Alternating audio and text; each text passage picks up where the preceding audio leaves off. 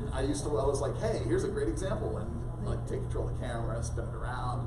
And there was an administration building off to the side. You could like zoom right through this picture window, and there was some dude with a 30-inch monitor. You could just watch him, log in, and like I'm zooming in, like keep fingers crossed that he's actually doing work. Like please let this be work, on his screen. And it's just. I wish I got to do more of the live stuff. You do it for administrators so they can see it, because all the IT guys get it. All the IT folks get it, but like the administrators seeing like the fail in person, like here's what could actually happen. It's like eye-opening for them. Well, howdy everybody. I see that we've done the normal distribution of everybody in the back of the room. This won't help you. You're in a data breach simulation, so you might as well come on up. We're going to have some fun, I promise. At least try. I know it's early. This will be the only fun data breach you ever get to deal with. Just show of hands, how many people in here have been through this once already in their actual life? A couple of IRL data breach veterans in here. Awesome. Cool. Well, those of you who didn't raise your hand, awesome for you, and may the odds ever be in your favor. We got, I think, 2 more minutes, and then we'll kick off.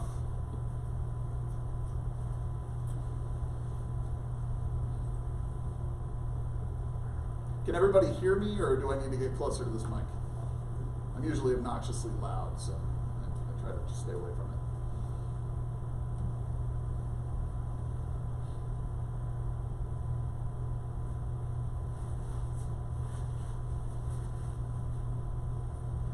Fellas, welcome to the party.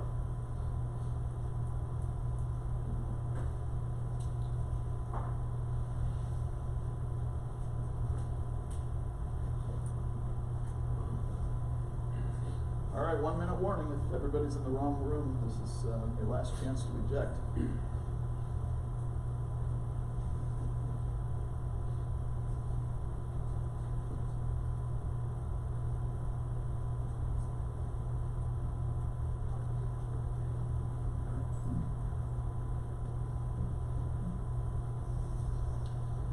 Alrighty, it is 9:30, so we'll get this party kicked off.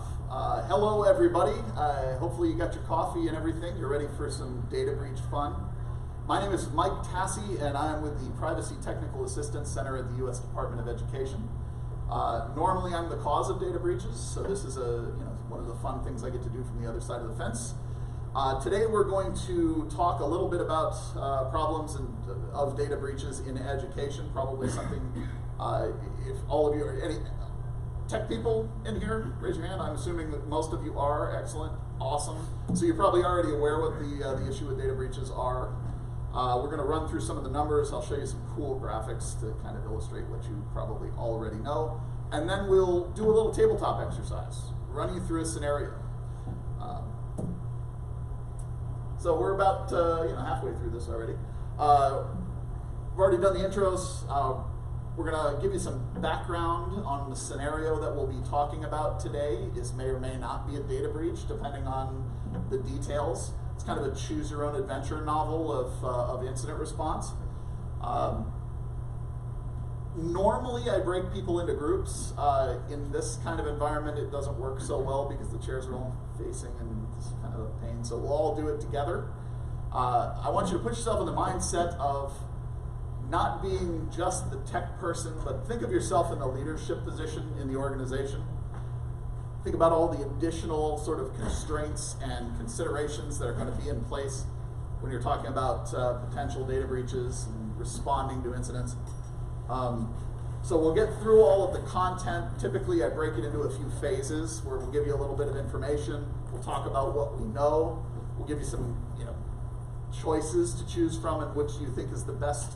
What can we consider more? I don't want you to think of those choices as the only answers, right? If you think of something different, if you have a different approach, please, this is about getting people interested, getting people talking about ways to respond. And then in the end, we'll circle back, talk about the scenario as a whole, and talk about what we could have done, or this fictional organization that we're about to become could have done to decrease our risk or to avoid the situation altogether. I know this is kind of a one of these draggy subjects, so I'll try to keep it at least entertaining. If you have war stories or questions or anything, go ahead and interject, raise your hand. I'm happy to hear it and talk about anything that you have to say as we go through, especially those of you that have had some experience with this already. With that, I'll remind you, as with all things data breach, what you know at the beginning of the event is likely not the extent of the information. So I will caution you to think sort of long term, right? You're unlikely to have the same view of what is occurring at the end of the scenario as you do at the beginning. So always kind of keep that in mind as you go and stick to the facts.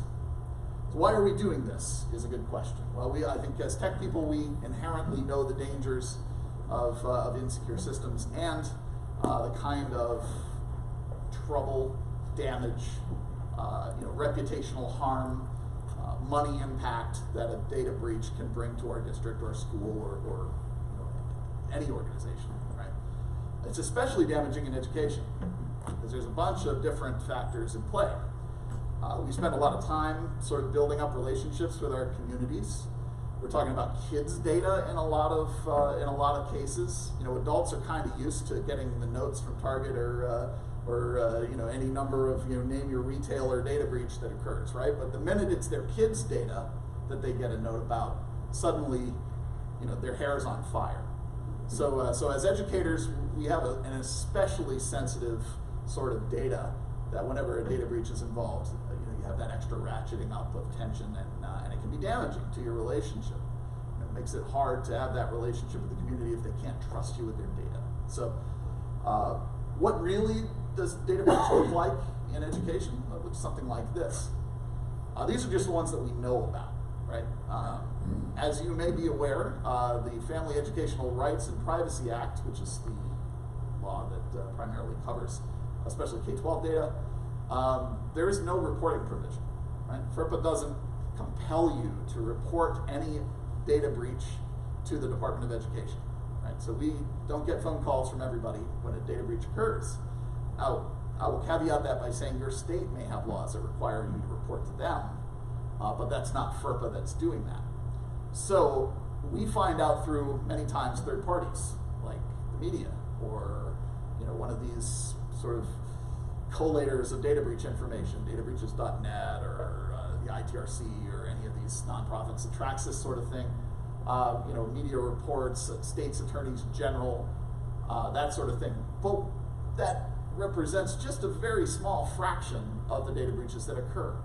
So what you're seeing is probably less than 5% of what is actually occurring in ed, and that's K-12 and post-sec. And you still can barely see the map of the US under not all the dots, right? I mean, that's an obscene amount of data breaches. When you think that's like, let's be generous and say 5% of the data breaches that occur, you can imagine we wouldn't even see the map. It would just be a collage of dots, right? Most of those data breaches, the organization itself doesn't know occurred. Many times, you're not the ones that find out about your data breach. You're notified by a third party, right? So we're going to talk about some of the factors behind that, and then we're going to jump into the exercise itself. I do a lot of snooping around in the K-12 and post-sec internet space. Right? Part of what my job is to go out there, see what's exposed, see what information I can glean about what is exposed, and try to spot trends so that I can provide guidance and do cool presentations like this one. And here are the big hitters that I see in K-12 space, especially legacy stuff. And I see a lot of nodding heads, so I know you all probably feel the same issue, is that we have a ton of old unpatched software sitting out there. Maybe it's maybe it's not compatible, maybe it's some old system that we have to keep running because there's no replacement for it. Sometimes it's that XP box that's on the AV cart that's been running for 20 years and nobody wants to be the guy who unplugs that. But there's a lot of that stuff out there. If this were a different conference, I was saying I usually do a parade of fail as part of it. That is kind of a cathartic session especially for the IT folks, because they get to see, hey, I'm not that bad, right? You get to see all the other kind of crazy stuff that's out there. IoT is another huge expanding sort of vulnerability area in K-12. Everybody, like our toasters have Wi-Fi cards now, right? So everything in the school, every app, every appliance, every device, even your chalkboards now have computers in them. They have internet connectivity. Your HVAC systems, your plant management stuff, power, water, individual teachers bringing smart devices, things like the digital assistants, Alexa and OK Google in your classroom. That sort of stuff brings risk exposures. Some of them are pretty significant. The big one that I see is printers and office equipment. Because a lot of times those are sitting like internet facing. Please don't put your printers on the internet. I have poor impulse control. It's like torture. I just want to print memes on printers. So don't, think about these things. Printers are no longer printers. They're computers that also print things. So imagine if you're, network scanning your W-2s and these printer with the nice hard drive storage or job history and the default admin password is internet facing, suddenly you could have a pretty serious data breach in your hands. So that's a big one. We talked a little bit about the HVAC stuff, why your thermostats need to be internet facing. I don't know, but I recommend that they not be because they don't get updated very often. And I call it a denial of testing attack when your school's like 90 degrees and nobody can live in there because they turned it up. Or using it for other things. That's a huge issue. Surveillance systems, IP cameras are a big deal. With the focus on school safety, a lot of folks are like buying a ton of these devices. And some of them are great. Some people, absorb them into their regular IT sort of infrastructure. But a lot of times they exist in this kind of no man's land in between being managed and being unmanaged. And so firmware doesn't get updated, they're internet facing, maybe they don't have the passwords managed properly or they're still in a default condition. See a lot of that sort of stuff. Of course, misconfigured systems, unsecured databases are a huge thing. I see more of this in the post-secondary world because they like to play with Mongo and all kinds of things and don't secure their databases. And the last is, of course, users and permissions. It's hard to keep track, especially when we're one deep in a position in a school or a district, and you've got a ton of things to do that don't include policing people's accounts.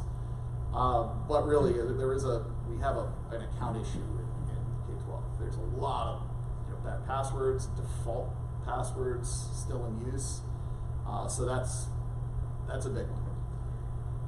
When we talk about data breaches specifically, one thing matters and one thing alone. Stop clicking on stuff, right? If your users do this one thing, you will virtually eliminate your data breach risk. It's that simple. Most data breaches start with a phishing email, or they start with some kind of a mal-click, or a watering hole attack, or poor browsing habits, or a link in an email, or any number of things, right? But it usually starts with a user doing something they shouldn't do, right? So enforcing good internet habits will greatly reduce your risk. And so with that, I will stop preaching to the choir about the causes of data breach, and we can get right into the exercise at hand. Make sure I don't go over time here. Give you a little background on who you are. Congratulations, you are now employees of a very large school district in a major city. You've got 170,000 students in your district, and dozens of schools, different levels, elementary through high, and lots of employees. So you've got a pretty vast empire of schools and data and information systems. You've got some critical IT services that are centralized at the district level, things like your SIS, that sort of stuff, but the schools maintain some of their own infrastructure, right, to varying degrees. Some have on-premise ITs, their own servers, their own Exchange servers, their own email, their own file servers, their own storage, their own everything, right? Others have sort of a hybrid approach. They've got some cloud services, they've got some, sort of distributed storage, distributed software as a service sort of thing. So you've got a variety of avenues in your technology solutions at various schools. It is Friday. And you receive a note that the IT team at one of the larger high schools is seeing alerts for infections by something that the antivirus calls Emotet. Anyone know anything about Emotet? Any experts? Awesome. I love it when this happens. So, you got some malware popping up. It's a large school. They've got more IT resources to throw at their IT infrastructure and security. The IT administrators at said high school have reported that the malware came from a malicious phishing email that contained a link to a macro-enabled Word document. Antivirus flagged the document, gave you a hint as to what the malware was, automatically cleaned it, right? Worked as advertised, right? Everything is good now. Antivirus saved the day, right? Here's an example of what the email looks like. There's a little link there. Some of your users might receive, some of their users might receive these. You went ahead and followed that link, downloaded the Word document. When they downloaded the document, antivirus pops, flags it, says it's bad, yada, yada, yada. Here's the meat and potatoes of what happened at the high school. 10 employees received a similar mail. 3 of them actually opened it. The rest of them paid attention during the user awareness training. And they tried to open the macro-enabled document. Antivirus popped. As precaution, the administrators at that high school went ahead and just wiped the machines, reloaded from the standard software, right? Antivirus caught it, said it was cleaned. They went the extra step and went ahead and just deleted those machines, re-imaged them from the standard load, and called it a day. So let's kind of regroup as to where we are right now. So we're at the district level, and we got a notification from one of the large high schools in our district that they were the target of a phishing attack which had a malware payload. Several employees opened it, 3 of them. 10 of them got the mail, 3 of them opened the mail. Antivirus did its job, saw that it was a malicious document, blocked the running of the malware, and cleaned the computers. And then they went ahead and wiped them. So, let's discuss what we know so far. Are malware incidents data breaches? Depending on what the malware was designed to do. Okay. Data's lost or not. Roger that. Do we know enough at this point to say whether or not this is a data breach? No? How would we find out?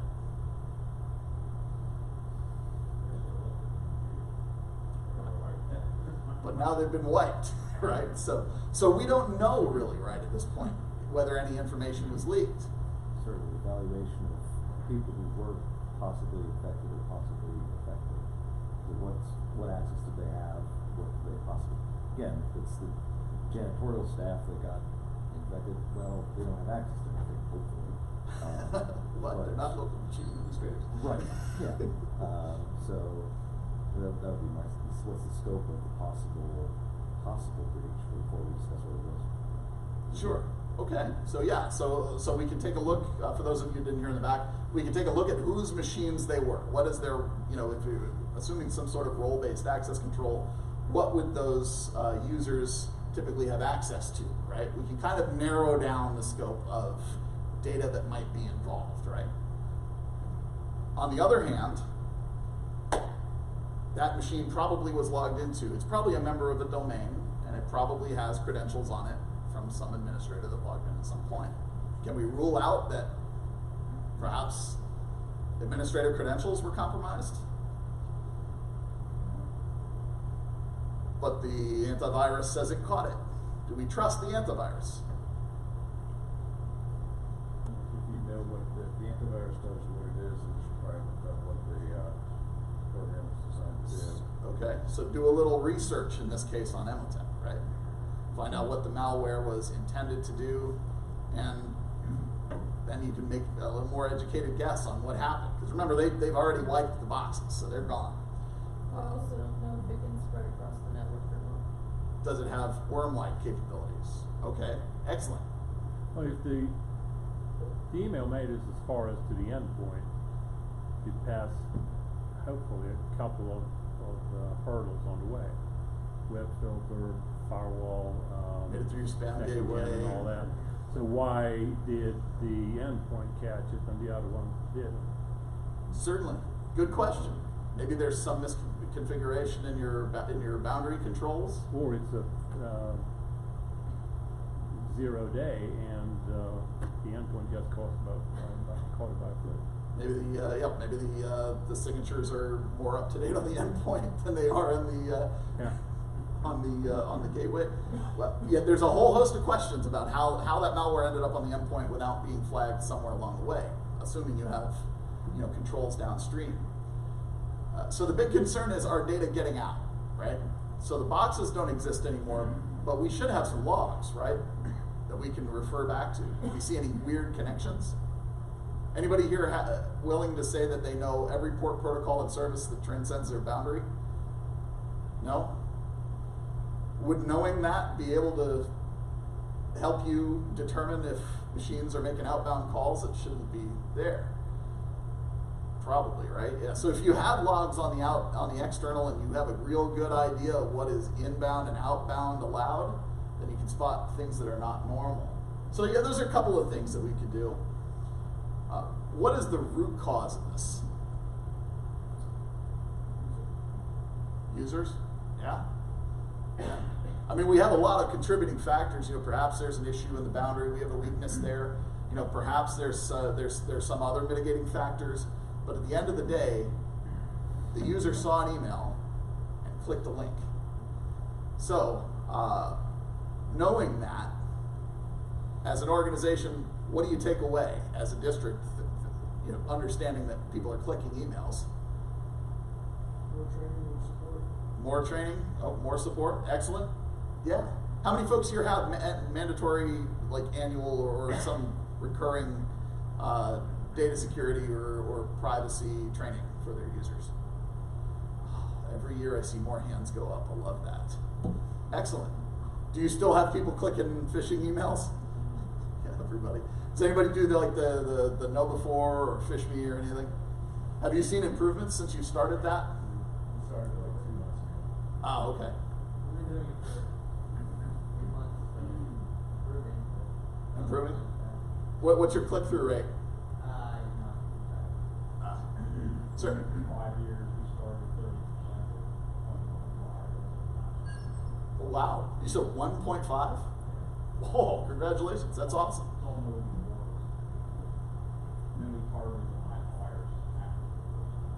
Excellent. Excellent. Well, that's a poster child for what we were saying before is like if you get users to quit clicking on stuff, your exposure goes way down, right? So, when we think about this, we got a bunch of schools that are kind of semi-autonomous in the IT realm. As a district, what role do we play in this particular setting? Right? And ultimately, we need to make sure the protocols follow.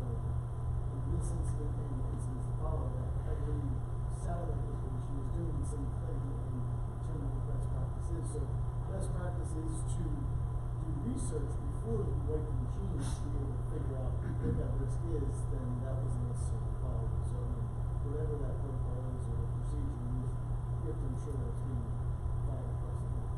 So communications, right? Threat sharing. Environmental visibility, right? You have a ton of schools in this district. This is a big, large district. In a small district, maybe everybody knows each other and they're literally sitting next to each other. But in a large district like that with dozens of schools, the district's got to help that information flow back and forth because they don't necessarily talk to each other, right? They may be in different areas, different realities, right? Some may be more rural, some may be more urban, some have more resources than other. So the district can play a big role in kind of helping maybe schools that are more prepared share data with those who are less prepared or less resourced to do that sort of thing, right? Security has a cost.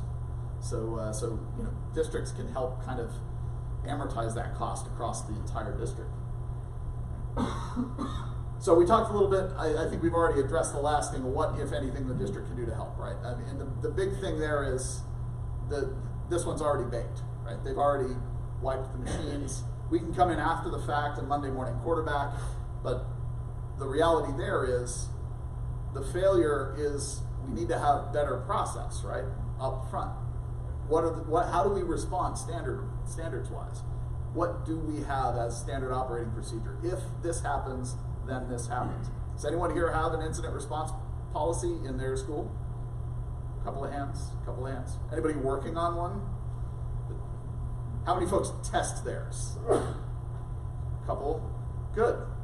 So one of the things that we'll talk about a lot during the course of the coming minutes is the importance of this not being your first time having run through your plan when something goes bump in the night.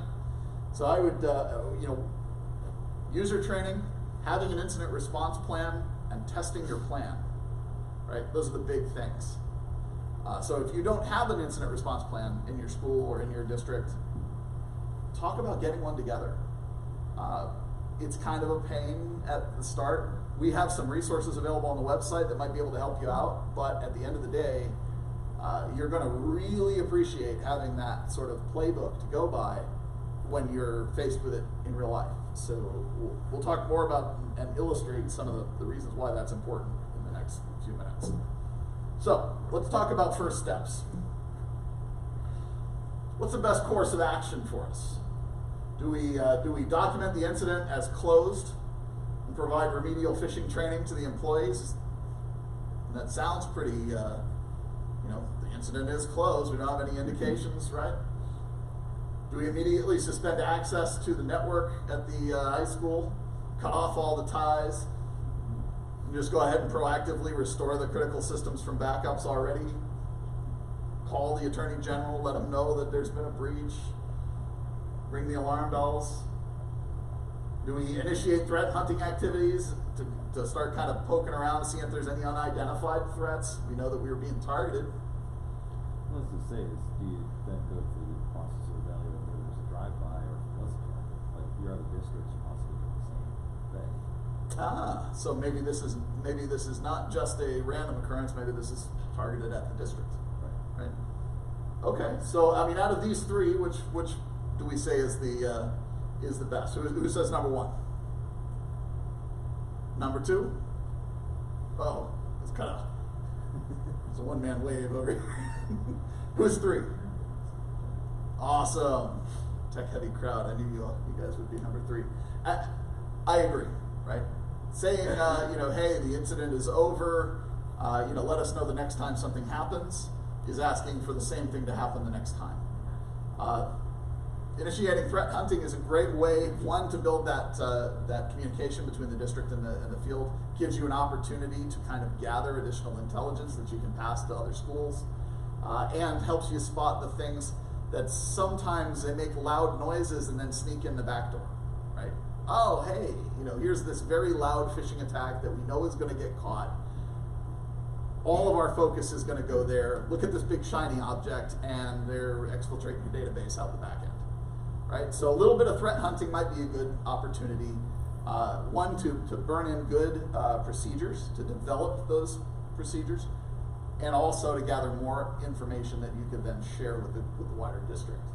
Typically, you can assume that more users actually experienced it than reported it. Also, most people are embarrassed to admit that they clicked on something, so the investigation needs to consider that the threat's not taken care of anyways if multiple people did actually experienced it and didn't report it. Excellent point. You're absolutely correct. So, people, number one rule of help desk is users lie, right? And that's absolutely true. The 10 people that said, yeah, I got that email, they're very honest and good on them. They should feel good about themselves, but there's probably more, right? So there's probably logs that we need to go through at the high school. Where did this mail come from? Do we see anything else that matches this sort of MO coming in over this time frame? Is this something that's been happening over time, right? There's a lot of information that we can go through to try to get more of a picture of what's going on. This may just be a symptom. So, we're doing our threat hunting, it's going along, everybody goes home for the weekend, because remember it's Friday, right? 4:30 comes out the door, right? Going home. And over the weekend, things start to go crazy, right? You get phones ringing off the hook on Monday morning at the district, schools calling up, reporting that they are in the middle of a ransomware attack. They got screens locking up saying, hey, send us some Bitcoin. So it looks a little bit like this. So so these machines are all infected with some flavor of malware. They're demanding an email saying, trust us, we've encrypted your stuff, send us some sample files, we'll send you back decrypted files as proof, and the cost in Bitcoin to decrypt. At least 25 computers across 6 schools are affected by the malware. So somebody called it a few minutes ago, maybe this is a wider thing. Perhaps this is a wider thing, right? The demand letter requests immediate emails, sample files, etc. Logs indicate some of the users also got the same phishing email prior to this attack. So this follows the MO of the Ryuk malware. Anybody had any exposure to Rick or Ryuk? No? Oh, lucky. Good. Typically they target large institutions. That's why this district is a large institution.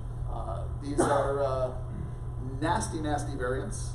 Some of them have some pretty interesting features that we'll talk about. The perpetrators claim they're going to respond with the amount of money in Bitcoin that you need to send them to get the decryptor. And then if you don't respond immediately, they increase the cost by 0.5 Bitcoin every day post-attack. After 2 weeks, they delete the keys automatically and bye-bye to your data. Right?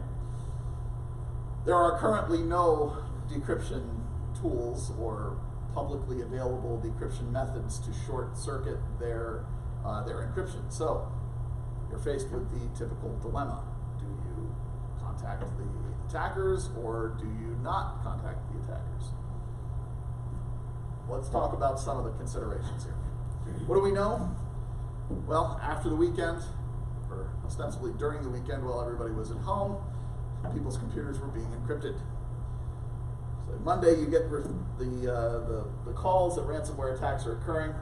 Right now, 25 machines across 6 different schools are affected by this malware. Perpetrators want an email with sample files to prove that they can decrypt the files and will respond with your ransom costs. And it goes up by 0.5 Bitcoin daily. And after 2 weeks, the files keys to decrypt the files are destroyed. So, who's changed their mind? Do we have a data breach? It depends what they have on those machines. Again, 25 machines that are endpoints for, again, that don't have any vital data on them, we probably shouldn't regardless. But again, you have to evaluate that by talking to folks, what the standard practices they're using there.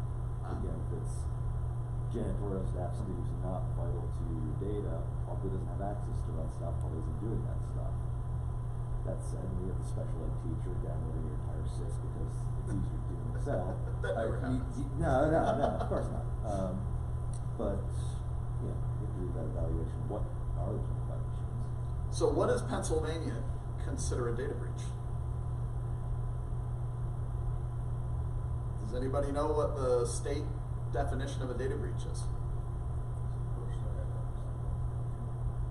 I couldn't tell you. I'm asking you. Because that's what you're going to have to. Yeah, it's when you names, addresses, and social security numbers or credit cards. does it have to include social security numbers and credit cards? I think it has to be one or the other. One or the other. So Including- names, addresses, and either one of those two critical. Very specific about what constitutes a breach. Most of the states' laws are like that. So when we all say, "Do we have a data breach?" and everybody goes, "Yeah, we've got a data breach," I always caution about using the DB word, right? Because it's we all know that code got executed on the machines. There's likely credentials on that machine that have access to read things. In the IT world, we would think, "Oh yeah, that machine's pwned," right? But it may not be a data breach as far as your state laws are concerned. Remember, FERPA doesn't define a data breach. There is no such definition. Or your district policy. Or your district policy may have specific requirements. But understanding what you're legally required to do is an important thing, right? If you say we have a data breach, perhaps legal clocks start ticking in terms of, your time frames that you have to legally notify people affected by the data breach. There's a whole lot of things that could possibly come into play. So I always recommend, like when you get to this point where you know something happened, you know it's serious, call it an incident, call it an event, call it anything in the world besides a data breach until you're sure that it's a data breach. Yes, sir. Just point of information, you're pretty accurate, personal information, it does not, the addresses and names don't matter. It's license numbers, state identification, credit card, financial information, and person's name combined with that stuff. But it does say that if it's encrypted, it does not count as a data breach. So if you have data that's encrypted and not accessible, does not mean that you're a data breach. Okay. So I'll ask again. Do we have a data breach? Another thing to keep in mind is that it still sounds like phishing to me, because why are they asking for sample files if they have everything? So, I mean... In this particular case, with this, I like your paranoia. In this particular case, they use it as a way to demonstrate that they have the ability to decrypt the files, because they're asking, 0.5 Bitcoin is a lot of money. So they want you to buy on the first thing, and they want to prove that, if you do send us this Bitcoin, we can in fact decrypt your files. As just a point of information about the Riot malware, they typically will shoot this at large organizations that have a lot of money to throw around, and they've kind of gone from the just blast the internet and charge everybody $300 to I'm going to target this organization that I know has deep pockets, and then I'm going to ask them for a lot of money, like in the tens to hundreds of thousands of dollars. So there is a higher threshold to kind of convince them to go ahead and do it. So it is a social engineering attack, but it's meant to make the victim feel like they can trust the attacker and be more likely to buy. Did you have a? Again, Or you had a question? Somebody had it. Yeah, I just wanted to point out that your insurance company can be a great resource too. So Yes. get on the phone with your insurance company right away, because they can help connect you with some resources and also give you some legal guidance. Absolutely. Along with your solicitor on how to go about the investigation process, whether it becomes public record or not. Certain Awesome. early decision steps that you make affect how things play out later on. This is why you have cyber insurance. How many people here have insurance for breaches? Awesome. Do they provide any kind of services like this where you can call them and they can put you in touch with resources? Leverage that stuff, right? We were talking about that as we were going through our IRP recently too, but somebody had cautioned, don't necessarily take the insurance company's advice, because it may not be best for you long term, it may be best for their bank account right now. Oh, you yeah. know. Well, I mean, So they don't they're make not money looking by to help you in the shelling it long out term. for you. I would say your insurance company though is incentivized to minimize your liabilities long term. So saying that the insurance company is going to gouge you up front may be a little bit cynical. Their long-term plan is to minimize their expense when to make sure you don't have to get to your $5 million. Yes. So the way you mitigate this is in the structure of your incident response team. Right? This is a good point at which to kind of pause for a second and talk about incident response teams. So who has identified an incident response team? Yes, sir. We have our team consists not only our cyber insurance policy carrier, but actually direct contact with those folks brought in, see if they have an incident, as well as our legal team. So we're all keeping each other in check. We also have representation from finance and HR as well as this team. The minute we suspect something, that team assembles, so everybody's on the same page and everybody's keeping each other in check. So that's excellent, and you hit on a couple of really important points there. The first is, you mentioned you had your legal counsel involved immediately, right? You have checks and balances built into that ecosystem, right? You have your insurance company there, their representatives, or whoever your point of contact is. You have your legal counsel there that's representing your legal interests. You've got your technical experts, your leadership, all of the folks that are going to be key decision makers in the process are instantaneously, when you spin it up, involved and in the loop, right? That's what your incident response capability is all about. Getting the people that need to be on the ground making decisions there as quickly as possible so that all the ideas can be on the table and you can make the right decisions, right? Because once you pull that lever, the clock is ticking, and you need to isolate and remediate and recover that incident as quickly as possible. And so you should absolutely have, at a bare minimum, you should have your legal counsel involved in that. If you have a cyber insurance provider and they have a point of contact or some single belly button that you can dial when there's an emergency, establishing those things up front, right, before you have a breach. Establishing those lines of communication, identifying all the people that are going to be involved in that, and maybe running through things like tabletopping scenarios like this to talk about at each point in this scenario, how does this team fit? Do we need to add, or do we need to do something different, right? So that's important, and especially when we're talking about whose interests are represented, when we're talking about your insurance company being incentivized to do this or to do that. When you have your leadership and your legal counsel in there, you've got representation from all sides, right? You've got a broad spectrum of inputs, and you'll be much more likely to come to the right solution. So, things that we know about Ryuk, not a lot of us have had experience, thank God, for this malware. It's an interesting one. It typically gets dropped out of a existing malware infection. Emotet or TrickBot are typically the first things that happen, and then after that, Ryuk gets installed. We haven't talked a little bit about law enforcement. Do we call the boys in blue?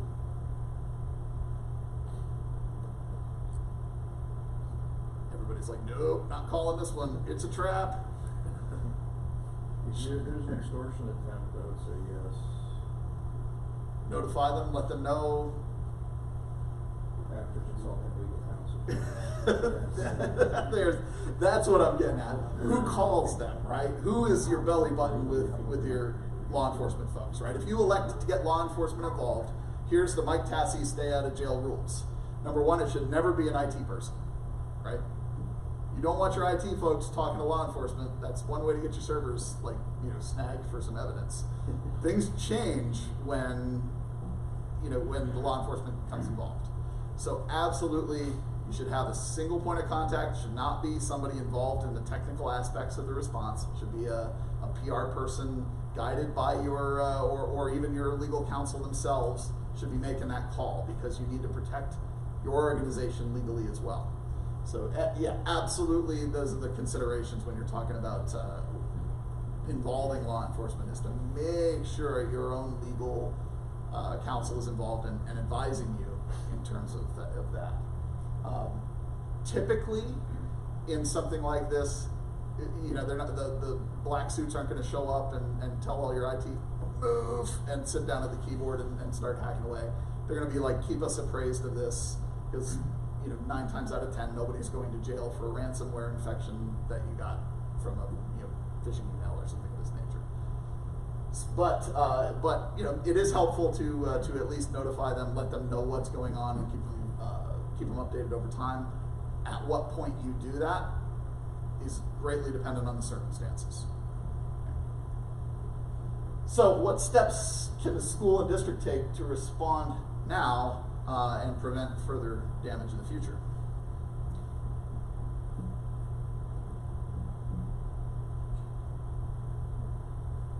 Yes. I think that kind of circles back to the first question, is this considered a data breach?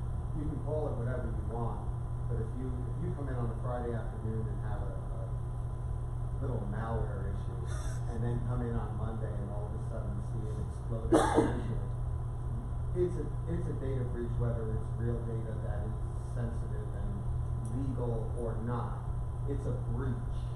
Let's not take the data part away. It's a breach, and it needs to be addressed. Yeah, it's absolutely a huge deal, right? I mean, if you've got code executing on machines in your environment, you know, you potentially have a compromise of your administrative accounts. You've got potentially your entire Active Directory structure has been compromised at that point. I mean, depending on which machines you're talking about and what your architecture is, I mean, it could be a huge amount of work going forward, right? It could be a big deal. When I say don't say it's a data breach, I don't mean this isn't important. I mean, if you use the term data breach, at least publicly, then, you know, your lawyer will tell you to stay away from that term because it's loaded, right? It's a term of art, it means something legally. I always say incident, right? This is a security incident. This is an event, a security event or something of this nature, until you have whatever that legal threshold crossed. Then you say data breach. But until then, whatever you call it, the net result is nobody's doing anything else for a while. This is going to be a major event in the Richter scale of things that can go bump in your IT world. So given that this is going to be a big disruptor, right? What can we do at the district level to help our schools get a hold of this and sort of calm it down, get, you know, circle the infection and sort of cut it out? What technically can we do? Infected machines removed. Yep. Remove the infected machines, okay? Identify the scope of what was impacted, encrypted, how it affects daily operations. Start collecting the information from school to school. So as the district, you're uniquely placed to be hearing what's going on at all these various schools, right? Say that again, I couldn't quite hear you. There's somebody in the hall. Oh, I was like, somebody is like the best ventriloquist ever. So yeah, there's a lot that we can do from the position of being at the district to be that focal point of information distribution, right? There's not a lot we can do from a technical perspective, right? We're not at the school, but we can certainly help guide, provide technical assistance, help move that information from school to school. Anything we learn at a school that had one of these successful ransomware installations, gather all the information and pump it out to everybody else, right? If you know it's a trigger of a certain phishing email, get that information to the rest of your schools as fast as you can, right? So if this attack isn't over, if next week you get another flood of these emails, some other poor school doesn't fall victim to the same thing, right? So let's talk again. Best response out of here. Call the popo and immediately attempt to run commercial antivirus tools on the infected machines. Now that's one way to do it. Immediately separate the machines from the network and any peripheral storage devices. Or do we go ahead and send an email to the attacker with the requested sample files and wait for the ransom demand? Who says number one? Thank God, no one raised their hand. Yeah, no, that's a terrible idea. Not necessarily because of the call to police, but if you ever want your data back and it's already been encrypted, don't run antivirus on the machine because you're likely to corrupt everything. And even if you do successfully get them to send you a key to decrypt, you could have just killed any chance you have of getting that data back. So once they're encrypted, leave it encrypted until you decide what you're going to do. Send email to the attackers with requested sample files and wait for the ransom demand. Well, that makes some sense, right?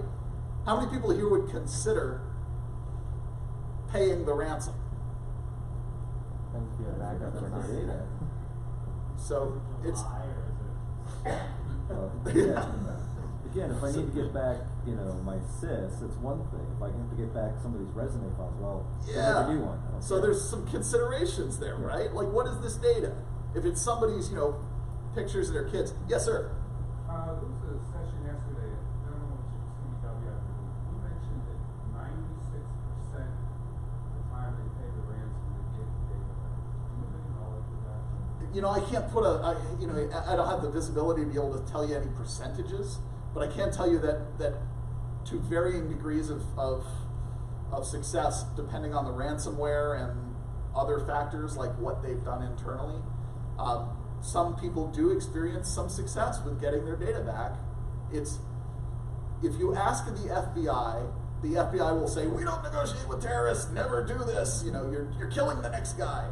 But from a practical standpoint, if there's a chance your data is going to get back and you don't have a data backup and the cost is $300, you're going to spend more than $300 cleaning up this mess, right?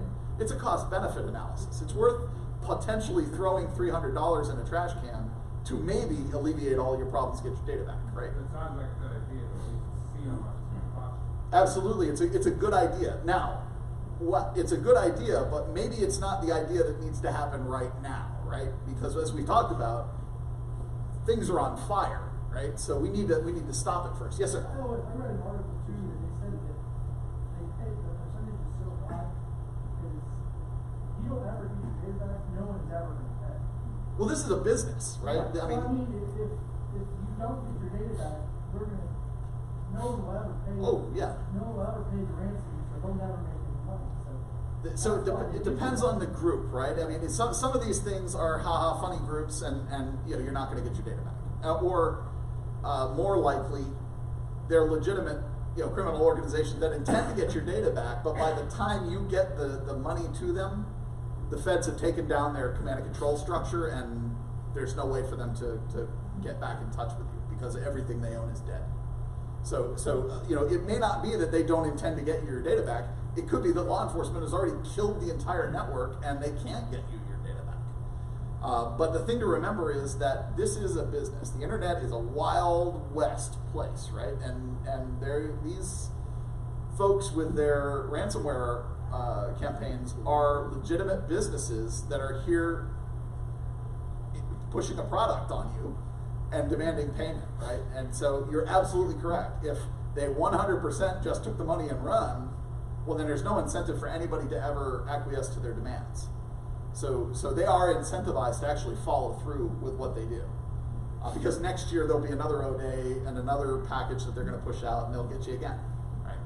So yeah, I mean, I think that's a reasonable step. If the situation permits and you don't have a backup that you can get data from, and the data is important enough that you need it, it's worth sending an email. I probably wouldn't send the email from an actual organizational account. Create a throwaway or Proton Mail account or something like that and send it. But it may be worth your while just to kind of get an idea of what they want, right? And sooner is better if it's 0.5 bitcoins a day, right, that they're tacking on. So immediately separate the machines from the network and any peripheral storage devices. Show of hands, who thinks that's the? Absolutely. I love you guys. Great group. Yeah, absolutely, right? We need to stop the bleeding first, right? Apply the tourniquet. Separating the machines from the network alleviates the potential of worm-like activity, right? So absolutely that's the correct thing to do. After you get that done, 3 starts to make a lot more sense, right? But first get the fires put out, then worry about how much it's going to cost to rebuild. Speaking of fires, I love my dumpster fire icon. It's so great. So let's muddy the waters a little bit, right? We're having the worst week period ever. So our response to disconnect the machines might be a little too slow, right? More and more computers are starting to pop up. We're behind the 8 ball, right? This has some worm-like capabilities and spread into other machines in our environment. They're becoming infected, they're becoming encrypted, things are getting out of hand. So, the system administrator's machine was infected early Tuesday morning, so now we're into Tuesday of the worst week ever. And shortly thereafter, an important database containing student data and PII on discipline events, grades, attendance, and test scores are subsequently affected by the ransomware. Other schools in the district are reporting receiving similar phishing emails still, and some report that local antivirus is detecting Emotet malware while others are not. Anyone have a guess as to what's going on with all of this? Shot in the dark, antivirus is out of date. Maybe some schools have a different antivirus that doesn't catch Emotet. Maybe they've made a modification. Maybe they're out of date. For many reasons, antivirus may pop in one facility and not in another, which is why I say you can't really trust antivirus. Your user awareness is a much more sure shot. So yes, we've got phishing emails continuing to come in, additional infections attempting to happen. We need to find a way to stop this in its tracks. 4 more schools have now reported phishing emails, no detections, and then shortly thereafter the ransomware begins appearing. So we validated this whole riot sort of ecosystem, right? They're getting Emotet is downloading the ransomware, eventually kicking it off, and you're encrypted. So schools whose antivirus product reports Emotet malware do not get the ransomware effects, right? So they break the kill chain right away, and nothing else happens, right? So we can be fairly safe in assuming what?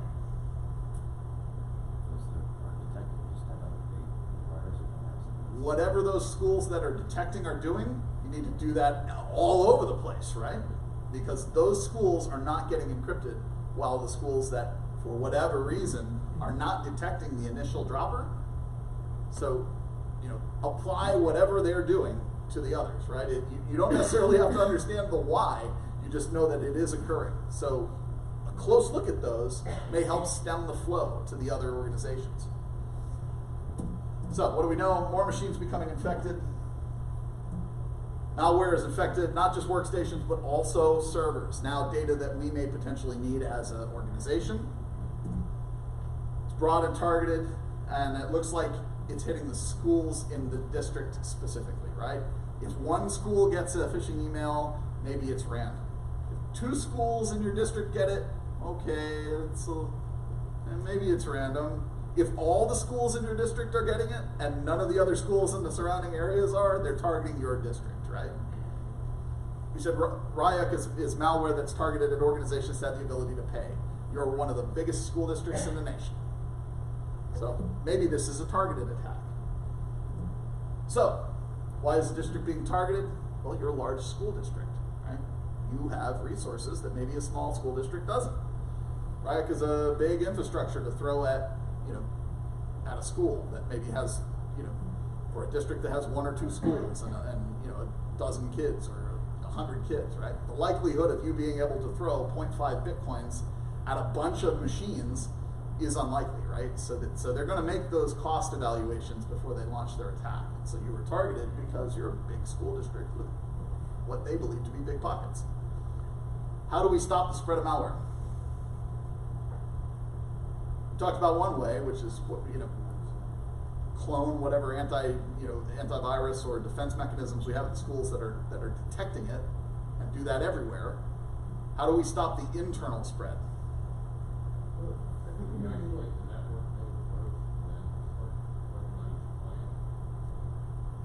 Yes. Communication can get isolated, then eradicated. So you kill the switch so nobody can talk to each other. And Yeah. yes, so yes, along those same lines, this particular variant of malware, it exhibits worm-like capability. Worm-like capability in a Windows environment is SMB, right? You kill SMB in your environment, you've killed the ability of the worm to perpetrate itself across the entire environment. So stopping internal communications on SMB is a great way to stop additional infections and buy you the time you need to get walls built up around the infected machines and get them taken off, right? So that's another thing that we can do. Do we contact the perpetrators? Remember, we've got some PII we don't have backups for. Yeah, worth it, probably. If nothing else, it costs us an email, right? We know what the cost is. So, what's the right course of action? You run out, buy some BTC, contact and pay the ransom. Obtain payment information, determine if there are any infected machines which are mission critical, talk to law enforcement, legal counsel, senior staff, make a decision on how to proceed. Disable SMB to stop the spread of the worm and contain the attack. Which is first? 3. 3? Yeah. Definitely 3 first. What's next? 2. Excellent. So 2 is the key factor here. Do you pay to get your data back? If you don't have backups and there is no available decryptor for the variant that has encrypted your data, something to consider. I can't tell you yes or no, but organizationally, I'll tell you, don't take it off the table. You might get your data back if, depending on the situation. So consider those steps, but always take the actions first. Stop the fire, then worry about everything else. Yes, sir? Yeah, I'm not exactly certain what the number is, but there's a very high likelihood that if you pay the ransom and get decrypted, it will happen again within the next few weeks. You are going to experience aftershocks there. It's going to happen again. So whatever you do, you should also accompany that with increased vigilance across the board because you will be targeted again. So the attackers demand 0.1 Bitcoin per machine to get access to the keys and decrypt the data. Now remember, every day it goes up 0.5 Bitcoin. So they're really incentivizing you to make a snap decision here, right? We're already 2 days into this. So it's getting expensive fast. They provided a BTC address, state they'll provide the means to decrypt. Actions to stop the malware are effective.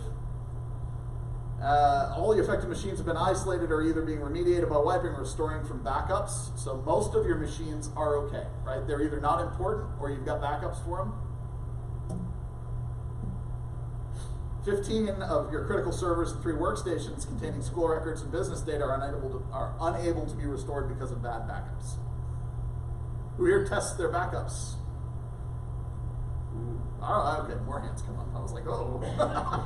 Good. So the machines are currently isolated and remain the key issue in your remediation, right? Everything else is taken care of. We've killed it. New infections are not happening anymore. We've currently controlled and isolated the attack, remediating those machines, getting them off the network, wiping them, restoring them. We've got 18 PCs or servers out there that need it. What considerations to pay or not pay, right? Whether we have backups, whether we have commercially available or freeware decryptors for that malware type. If we don't, then we're out. Yes? What if it's the result of third party that actually occurred? I know other districts that they had support dialed in, did work on computers, and the infection occurred at that third party that district. Well, I mean, it's still your problem because it's your data. That's more of a liability issue, right? So your response as a district or as a school that's involved in that would be the same. I mean, you're going to take the same technical actions. Obviously, you would want to talk with the folks who originated the attack and coordinate your efforts and go, hey guys, we don't have backups for this. Are there additional rights to the third party or additional resources for other people? That would be something you would have to talk to your legal counsel about, because I'm guaranteeing you there's there's going to be pushback and lots of back and forth on that. So in a case like that, it's going to get awful muddy, but your technical response should be fast and clean and quick. You should do exactly the same steps you would as if it were your own, and worry about the rest of it down the road because it's going to take a while. Is this a breach or a FERPA violation, or both?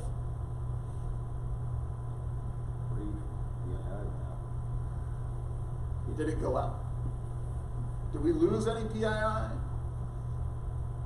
not sure if it's just encrypted or if it's gone.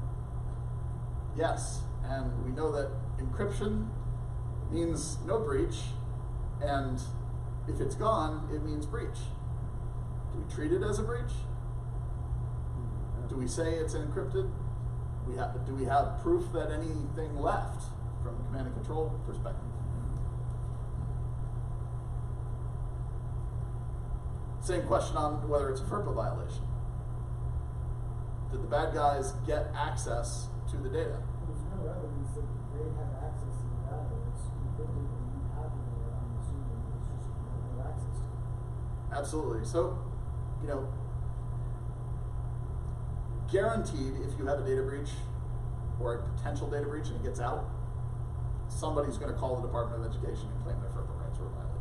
It's going to happen. Whether or not there's a determination that FERPA rights were violated is a completely different story. I will tell you, in a case like this, call us. Because, you know, when they inevitably call, we can say, yes, we're aware of the situation. The school is already working to remediate. We have no indications that, you know, any kind of information actually left the environment. It was encrypted in place as far as we know. We can calm some of that storm before it gets started. So I always recommend that, giving us a call. And there is largely no difference, right, between a data breach and a FERPA violation when we're talking about the student records. Right? One is synonymous with the other. A data breach means people who were not authorized got access to the data, and if they disclosed the data to somebody who didn't have access under FERPA, then it was a FERPA violation. So the answer, of course, and I realize I'm cognizant of our time here. Comply with regulatory requirements, determine whether to attempt to retrieve the data by paying the ransom is the answer there. We talked a little bit about this, concrete steps to reduce the risk, right? We hit on a couple during this talk, user awareness training, right? That's the big one, right? Understanding what is normal in your environment so you can spot things that are not. And the big thing, standardization across the board from a technology perspective makes it a lot easier for you to get a handle on what's going on.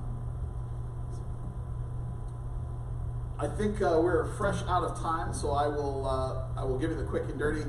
Get an incident response plan if you don't have it. Train your users. Call us if you have a problem. We're not the FERPA police. We can help you. And if not, we can put you in contact with folks who can.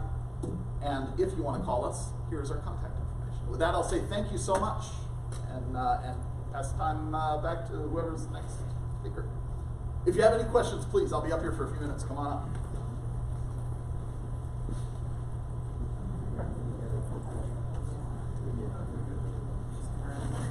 What's your stance on behavior versus definition-based endpoint protection? Why not both? So you know, depends on the it depends on what you're using for a software perspective. Signature-based has serious limitations. Behavior-based tends to be a little better against emerging threats. Depends on what your threat envelope is. So that's what we transitioned from a definition-based to behavior-based. I think we've seen better results. I like behavior-based because it doesn't rely on things like code markers and that sort of stuff. It's literally looking at, is it doing bad things? And so I think that's a better way forward. But signature-based, you know, for catching old threats or well-known or well-understood threats, is quick and fast and cheap. What about Microsoft coming into maybe a market stronger than they used to be? About time. It's my boss who's in the back. Hey, you up to? I had to do this. I took a photo of it, and I was going to try to take a better photo of it, and I'm hiding my ID. But yeah, I figured, access levels. Yeah. Yeah, I mean, We go. I always we take, tell, we say, turn this guy on. We give it a password. It's only good since he's done. Turn him off. they have their own set of Save criteria. lives. So if anybody, The reality is that all these different products do some things really well and other things better than others. And they all I try to get the guys have to, how they I try to do get it. the guys to just really do the work along with that guy. So you find to get out, or if they're the local best person, solution for you is use that local. takes into account not only performance, but what they excel at. It's also what you need in your environment. Is cost. I'm like, don't do that. But then machine performance